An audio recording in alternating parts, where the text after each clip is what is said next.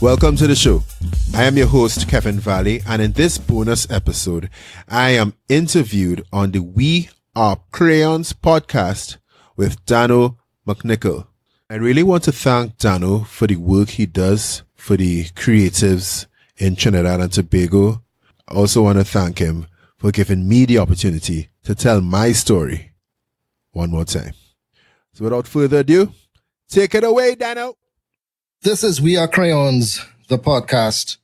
Our guest this evening is an investment banker with over 10 years experience. He's also the producer and host of Caribbean Power Lunch podcast, an interview series featuring Black entrepreneurs. Welcome, Kevin Valley. Hey, thanks, Dhano. Thanks for having me on. Listen, I know you like to prep your guests. I see your intake form had about 20 questions. I'm sure I didn't answer them, but I'm glad you came to the cabin studios to record this. I feel like a celebrity right now having you in the cabin studios. I'm feeling good, Dhano. I'm looking forward to this, and I like your intro. Let's go. Nice. All right, Kevin. So I like to start by finding out who Kevin is, and for me to be able to do that, I want to know where you started. So can you give me a little background, like your childhood, how you grew up, that type of thing? I grew up in Glencoe, Trinidad. My dad was a politician, a very famous politician and everything, a lot of power and all of that. So there's that big personality and everything. I am my mother's youngest child.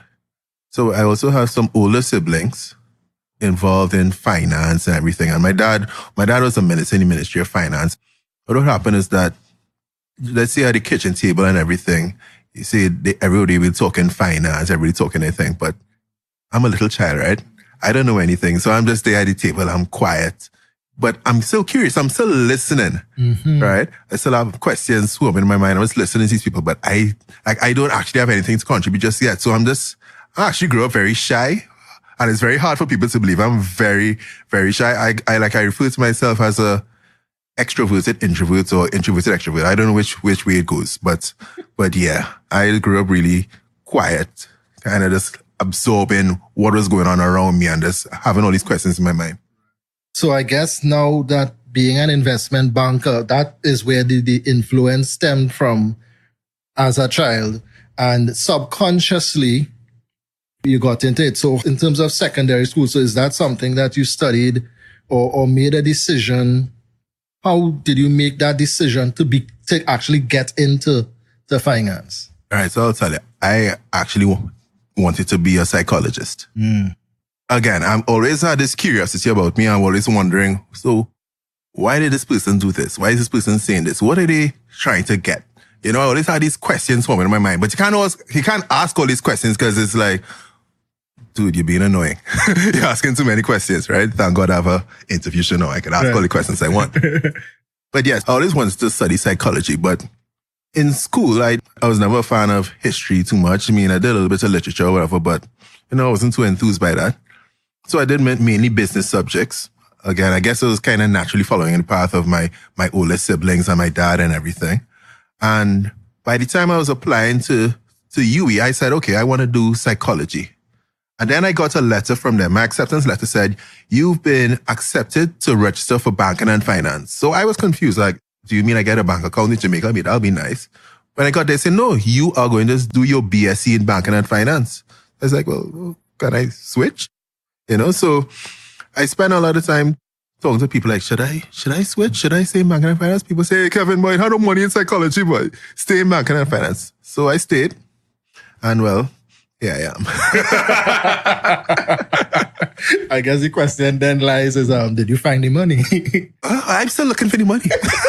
I'm still looking for the money, right? I help other people find the money. Right. Other people find lots of money with my help, but I'm still looking for it for myself. I hear that. But I hear that. In terms of going through your studies, you studied at UE. Yeah. What type of challenges did you encounter? I'm saying that wasn't your first love. How were you able to make that switch and kind of like fall in love with finance? Right. You have to make it solve the purpose that you're trying to solve, right? Mm-hmm. So For me, why I wanted to study psychology, other than being curious, is because I wanted to be able to help people. I thought, humble me, I thought I had some sort of ability to understand people. I guess we'll spend all our time listening to other people and be able to give advice based on same, right? With finance now, you're solving those kind of economic problems for people, helping businesses get bigger, just because of that technical knowledge that you build. So for me, that was kind of my motivation for it. And did you have to overcome anything that you felt that, this thing not really working out? Yeah. I wasn't always the top student in class. I won't lie to you. I get easily distracted. Like right now, I'm just trying to focus on your question. I get easily distracted and everything. And I get a lot of anxiety when it comes to taking exams. So I love to learn. I hate taking exams. But how important is growth for you? Because you say you love to learn. So how important is that for you? Yeah, it's all about lifelong learning, right? And again, that's why I like to do the podcast, because when I talk to people, I learn from them.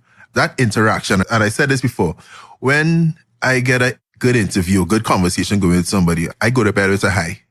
That learning gives me that high. It's like power. It's like endorphins. Right. So tell me then, at this point, what would you say has been probably one of the most profound things you have learned over the period, whether it's doing the podcast or just, in life at this point in time?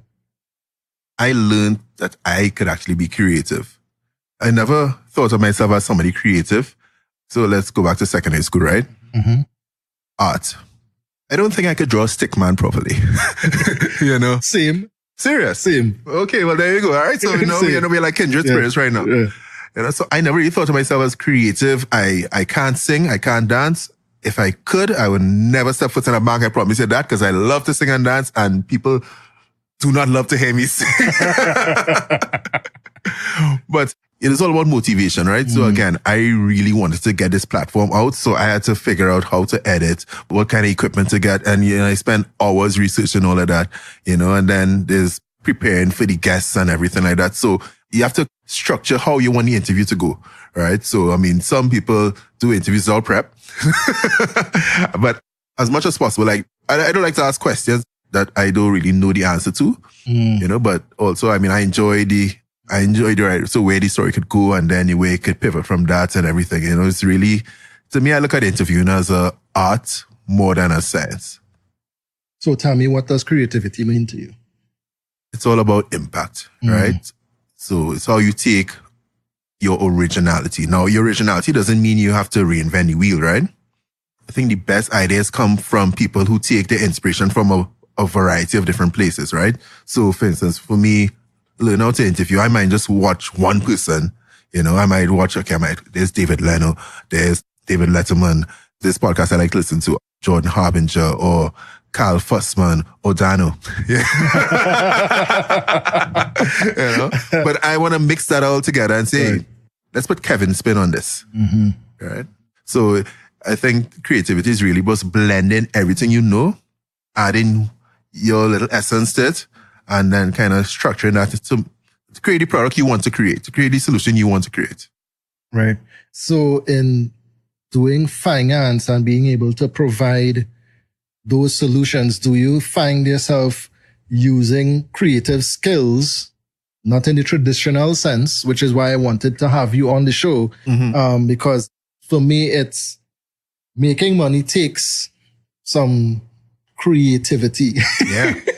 I'm still trying to get creative enough to do that. Right? So, how do you infuse what you do on a daily basis using creativity? So my previous roles would involve a lot of research. So research into companies and everything. So I think I use that research skills when I research my guests before I have them on the show in terms of creating financial solutions. So, it's a lot of math. Finance is also very relationship based, especially my current role where I partner with other bankers to finance deals. Right. So it's as much about the research as it is about the relationships.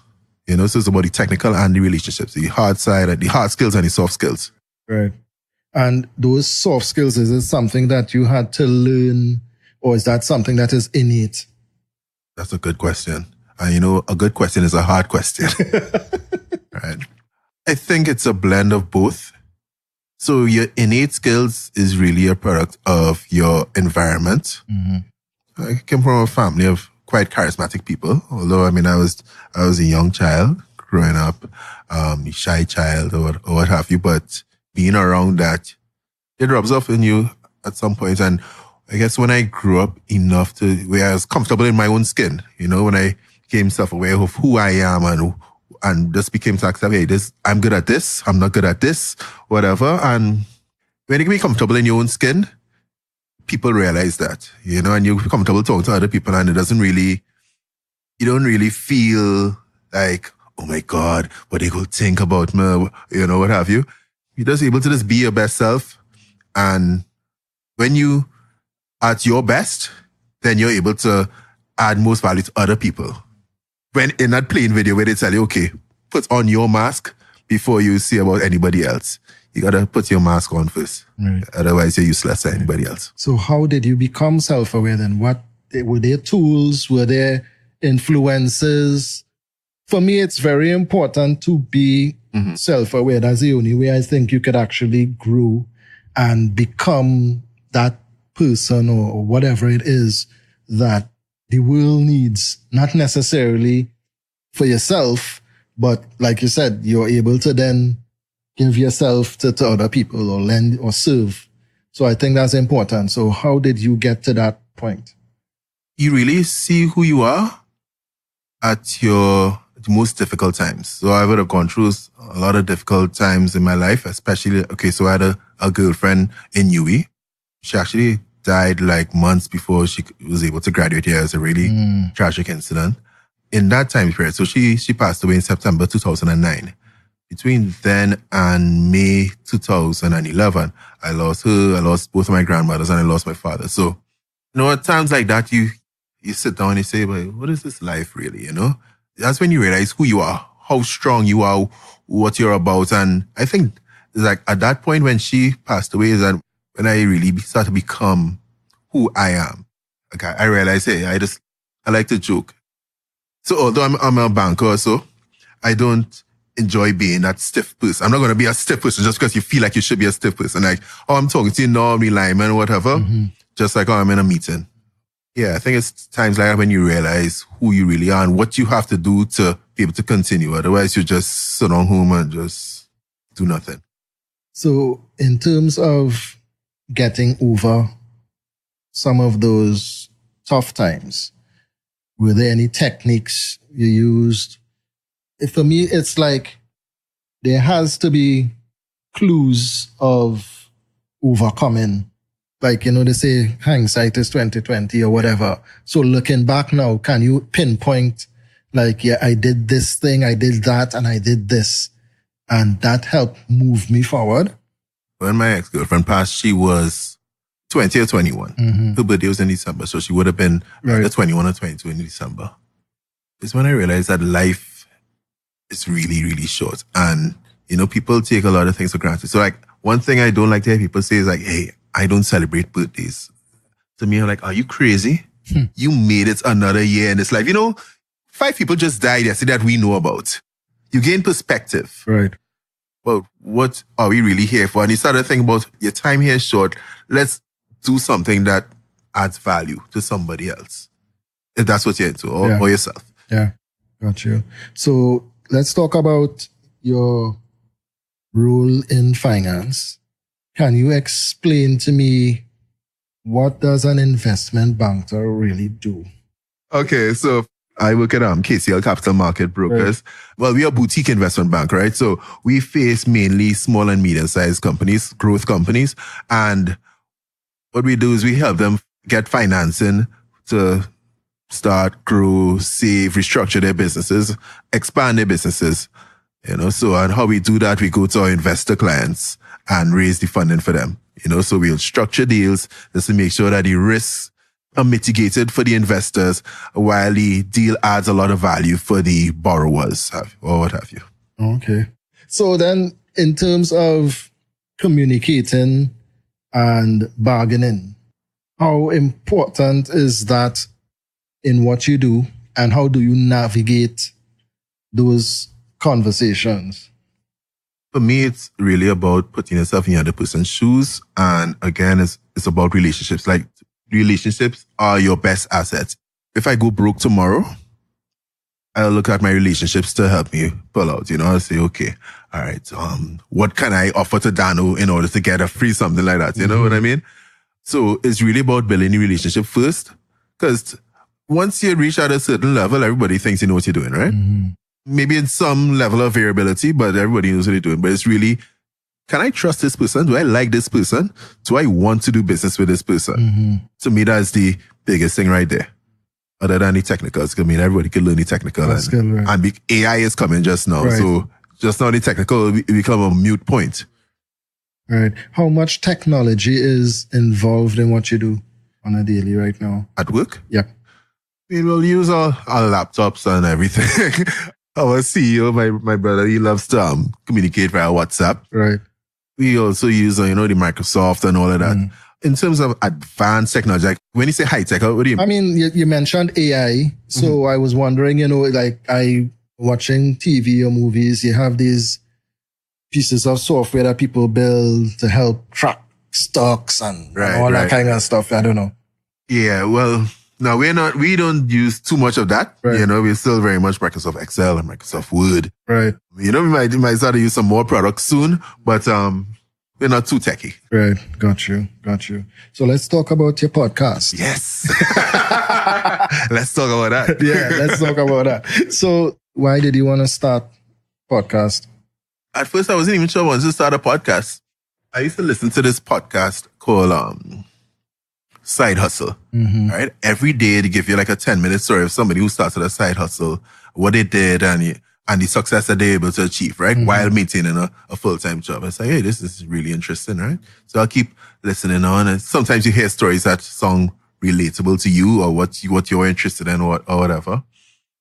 And around that time, Anthony Bourdain, the traveling chef, right? He had a show in Trinidad. He was with the Syrian community and they said that they are less than 1% of the population, but they control all the wealth, right? And I saw nothing wrong with that. It was true. Okay. But most people took to Facebook and they were upset about that. And to me, like, hey, there's a gap right there. It's like nobody's really promoting what's happening in the Black community, right? Because I thought about all the other communities. There's right here in the Cabin Studios, the Chinese Association is about 5 minutes down the road. The East Indian community. So I used to work down in South. So where most of our clients would be South and Central, where most of the East Indian community live. And I would be in my office and a client and his daughter, his 10-year-old daughter would come to the meeting with me to talk about financing. 10 years old, right? And you'll make a joke with her and say, so you're going to take up the business soon? Yeah, hopefully. But that's real talk. Yeah. That's real talk. So you see there's a succession planning. There's that mindset. When you look at the Black community, everybody's more individualistic. Everybody's like, okay, either I got educated and I got this management job at this company, at this bank, at this whatever. Or they want to kind of separate themselves from the guys, let's say, in the depressed areas who commit crimes and everything, but they're all us. All right. So I said, okay, knowing all of that, let's highlight businesses in the Black community that people don't really know about. And many people came to me and said, Kevin, why you want to do Black businesses? People whisper to me like, well, what? Like it's almost a taboo to celebrate Black businesses. Like, why? I'm not a racist or anything, but like, why can't we highlight Black business? And how has it been for you thus far? Oh, lovely.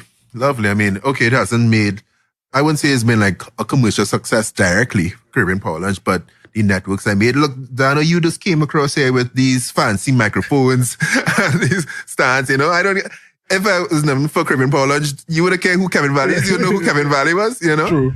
So he made a easy network again, right, of entrepreneurs and stuff, possible leads for business. I was just in St. Lucia for business. I was able to talk to somebody who I interviewed, big up to Rankin all the time. Right.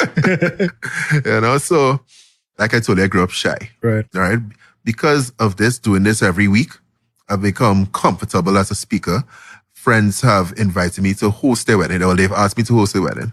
I mean, maybe it's to save some money. Which is a financially wise thing to do. Right, which is fine. But I enjoy doing it, right? I recently hosted my dad's foundation event.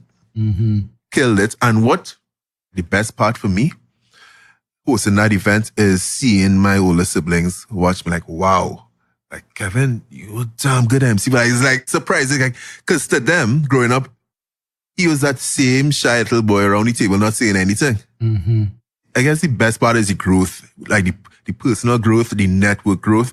And then, from that, by doing that, I'm able to, start a business that was eventually became the owner of Caribbean Power Lunch, called Become Investable. Right. So, I mean, that's been going great so far. I mean, me, the team, we've been working feverishly on some products. So in terms of the people that you've spoken to during the episodes, are there any takeaways that you can share that would have probably stuck with you? Anything that you think would add value to whoever is listening to this right now? Because people always wonder, hey, boy, I'm scared of starting my own business, boy. What to do, boy? Know the answers? Start. That's the hardest part, Dhano. Yeah. The hardest part is to start. Because you will plan and you'll have a brilliant plan. You'll have all the numbers down, you have the words down, but then you never start. And then what?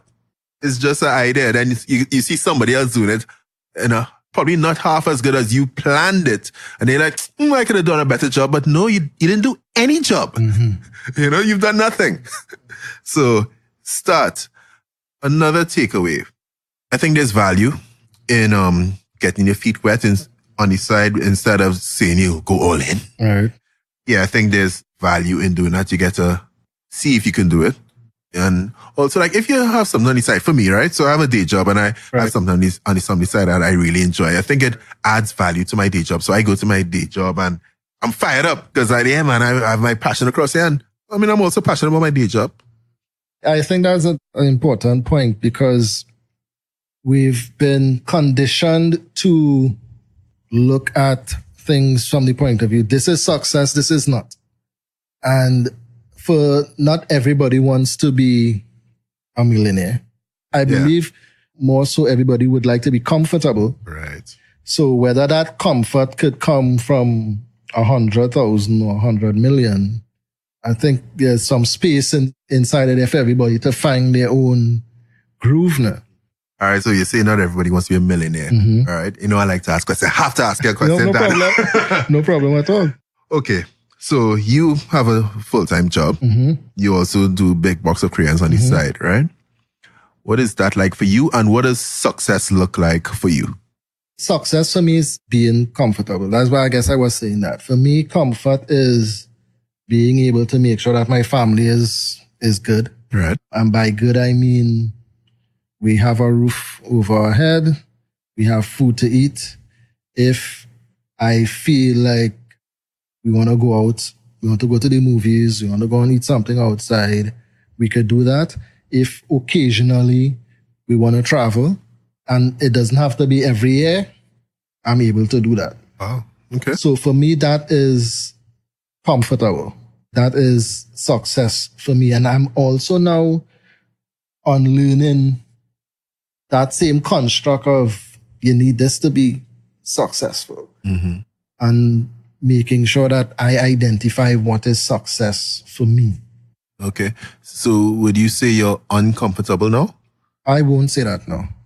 I think I'm at a place that I am comfortable. I'm not like really comfortable. But I mean, I could survive. I could wake up in the morning, I could put gas in the car, Right. get to work, come back. Because you have some really expensive microphones here, so I say this man real comfortable. This is lots and lots of hard work. And for me, I came up with the notion that you can do whatever you put your mind to. So that's the way that I would approach it. I'm not like the best creative person in the world. I'm not probably the most adept at finance. So things like that is what I like had to make a thing being, and again, and we talked about being self-aware, Right. becoming self-aware, and obviously it comes with time. Yeah, it's a challenge. And what works for me is like this year in particular, I talk to people and people always say, Kevin, you become so vulnerable. Like you're so open, you're so authentic. And what caused that is coaching. At the beginning of the year, I interviewed Shelly Ann Gachada. She coaches people on finding their purpose and career and all of that, right? And I was talking to her, like after we finished recording, and we did this visualization exercise, which I think she hypnotized me. I think she hypnotized me, Dhano. Yeah, I know they just exposed parts of me I didn't even know existed, but they were just lying there in my subconscious. And when I came out of the trance, it's like everything became so clear. And other than that, the office, they hired a leadership coach for me, right? And talking to her, and I'll big her up, Maxine Atong. Anybody need leadership coach, and you check out Maxine Atong. She is one of the best. You know, it's like coaching holds up a mirror to you and shows you, hey, Kevin, this is where you are. This is you. And if you just think of things in this perspective, to the sky, you can be there. I love coaching. Also, you get to talk about yourself for an hour, and the other person's job is just to listen and help you. Like, you know, I don't often get to talk to myself about somebody and they just have to listen.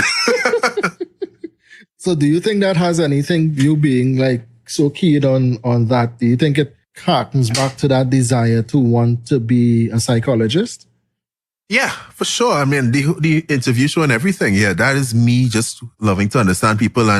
But the bigger thing about the show is telling people stories. I think no matter what it is, Jed, you need to tell somebody stories. Otherwise, it's just a bunch of words. It's just a bunch of data that's going to be forgotten. Yeah, but stories stick, you know, a nice unexpected story. You know, it starts off like, whoa, like I didn't know that person went through that. You know, when you tell somebody stories, like even when you want to sell something. So you asked me about selling and negotiating stories. So when I go to a pitch, let's say on behalf of my company, I always tell them the origin story of the company. If I go to pitch, become investor, I tell them the origin story. Because when you tell somebody a story, they feel like they're part of your story with you. It's like, wow. I mean, and this is, again, part reason for doing Big Box of Crayons. It's being able to document and share the stories of Trinidad and Tobago creatives. Yeah, because I would offer that if you were to try and look for any creative person, that big or small or whatever, you do a Google search now, there's practically nothing of relevance that could help you learn about that person. That's right. Yeah. Yeah. Unless they were interviewed before. Right. And that's like, it's almost probably just about like one particular part of their life or that type of thing. And there's nothing in depth. There's nothing where you can say, okay, his contribution, this is where he started, and everything like tied up nice and neat in a bow without you having to be bouncing from pillar to post. Right. Yeah. So hence what we do is trying to kind of like fill that gap. Right. That, you know, you saw when you were thinking about, oh, nobody's talking about black business. Yeah. It's exactly that. It's really like weekend. It's like, wait, no. So if people don't know that, you know, they have black businesses too.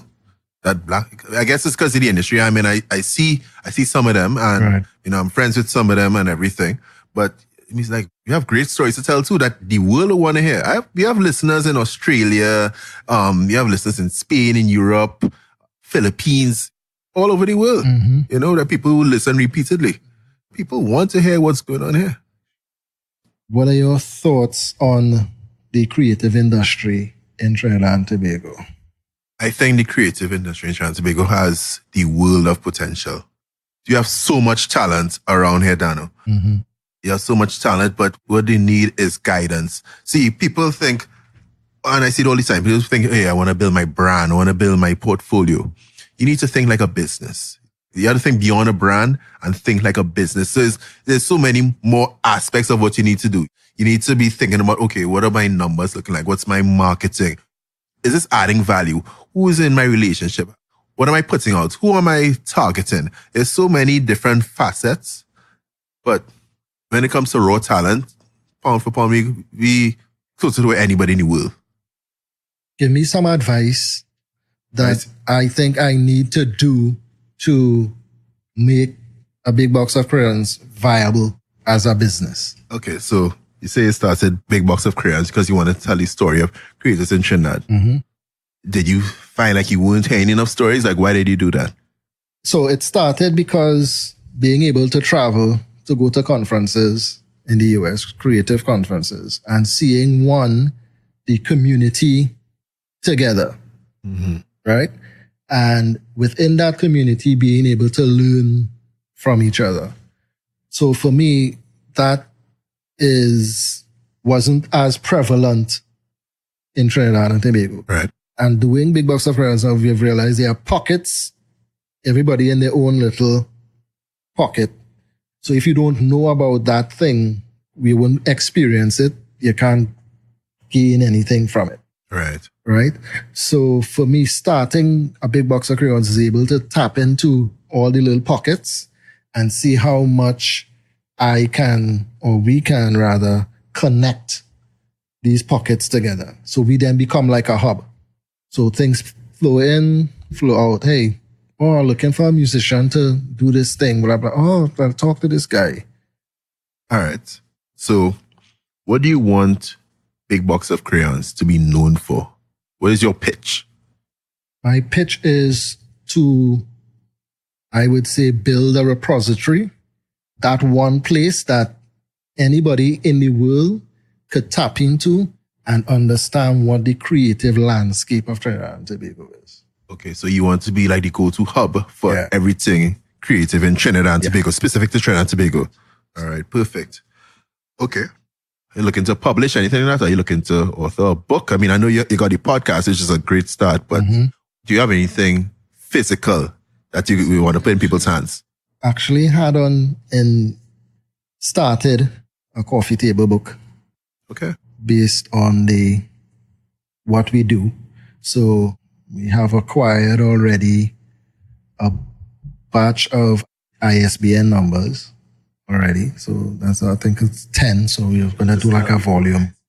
All right. So you know what you want to do. You're getting ready to publish yourself. So more people you'll be more known and everything. And I'm sure you're going to go around and do some more interviews and everything. People will actually interview you. Okay. What about partnerships?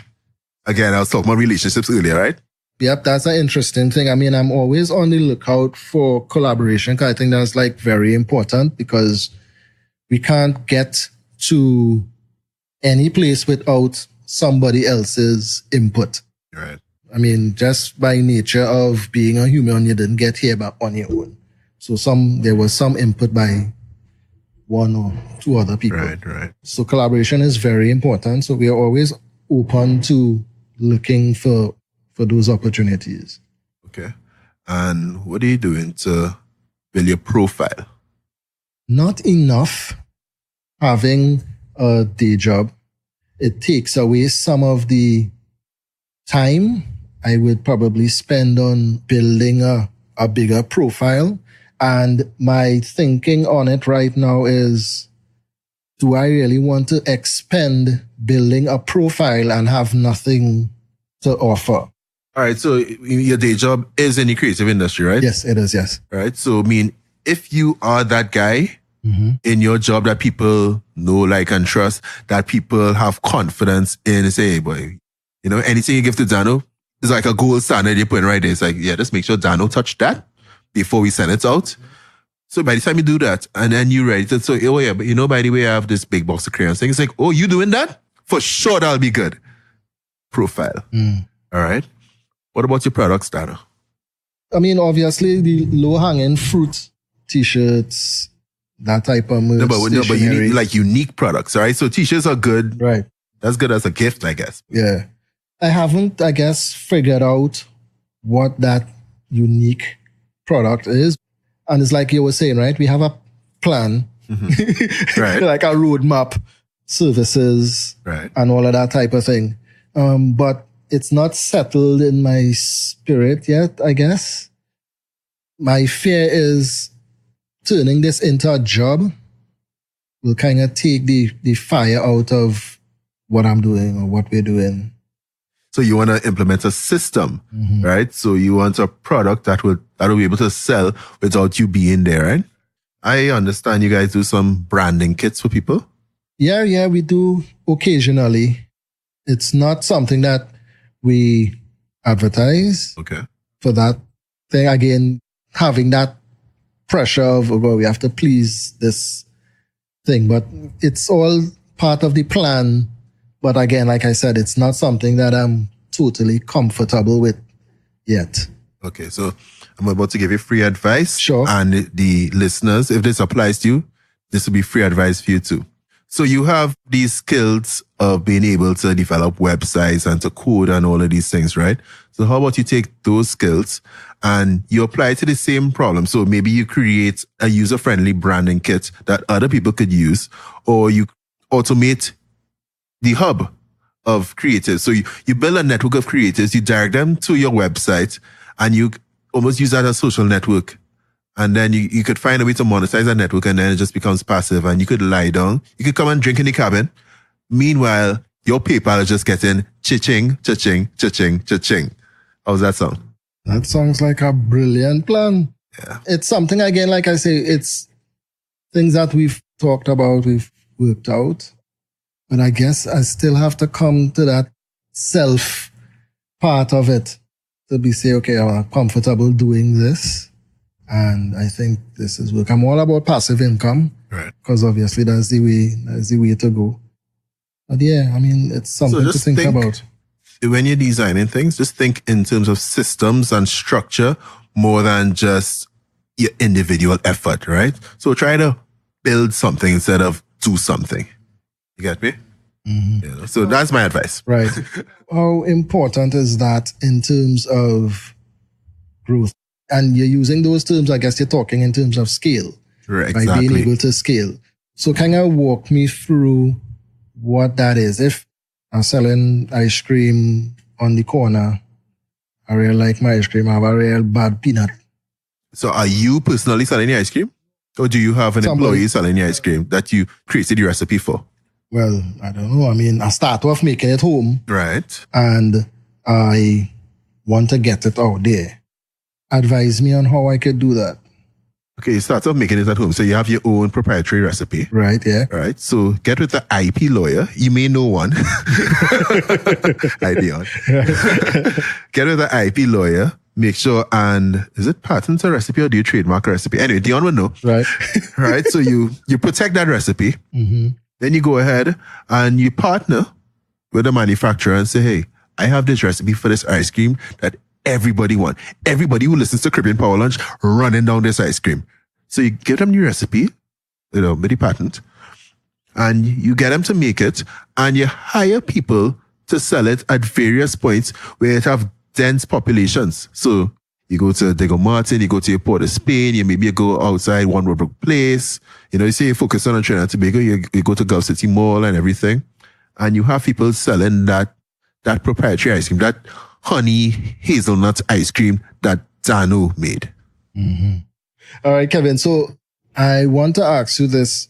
What does Kevin want to be most remembered for? See, I have 3 pillars. It's about quality, impact, and professionalism. My late father, he had a saying that life is a loan that you repay through your service to others. I want to be able to make a valuable impact on other people's lives. My main mantra, and how I was able to get over that fear of public speaking, is like saying, Kevin, it is not about you. It is about your audience. So right now, you're interviewing me, but it's not about me. It's about what will add value to Dhano's audience. What will add value to Dhano? Can I give Dhano something to take away this evening, or am I just going to waste his time and his expensive equipment? So it's not about you. It's about how can you create an impact on somebody else's life, a positive impact, please. Okay, you mentioned 3 pillars. Mm-hmm. So impact was one. Yes, quality and professionalism. Right. Talk to me about quality. How important is that for you? That's another one my dad says. Anything you do it to the best of your ability. You don't care if you're mowing the lawn or you're polishing his shoes. Do it to the best of your abilities. Why would you do something half-assed? For what? Mm-hmm. It seemed that your dad had a very strong influence. How was your relationship with him? And give me the essence of the man in his remembrance. Again, he was a politician, so he was always very busy, worrying about the country. He'd come home late at night, and then somebody would come and deliver a huge briefcase for him to go over. So be up in the night, going over, and then in the morning he'd get up on his suit and go to Parliament and everything.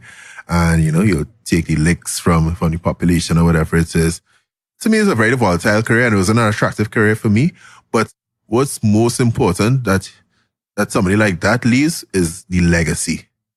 And something I personally try to fight, because I want to build my own name, my own legacy, right? I want my children to be known as Kevin Valley's children. But at the same time, I've come to realize it'll be disrespectful of me to not acknowledge that, hey, Ken Valley opened doors for me.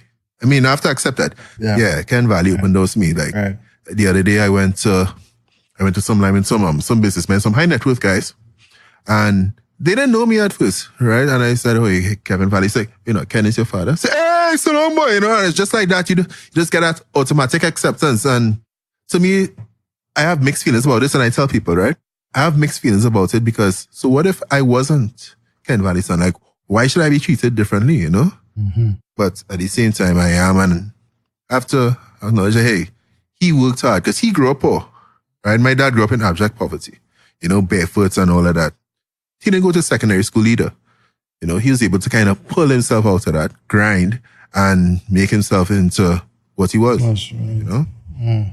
So for me, it's like being second generation, we had things a lot easier. Right. But so when I find like things are hard, it's like, hey, Kevin, it's not as hard. So stop whining, stop complaining. It could be worse.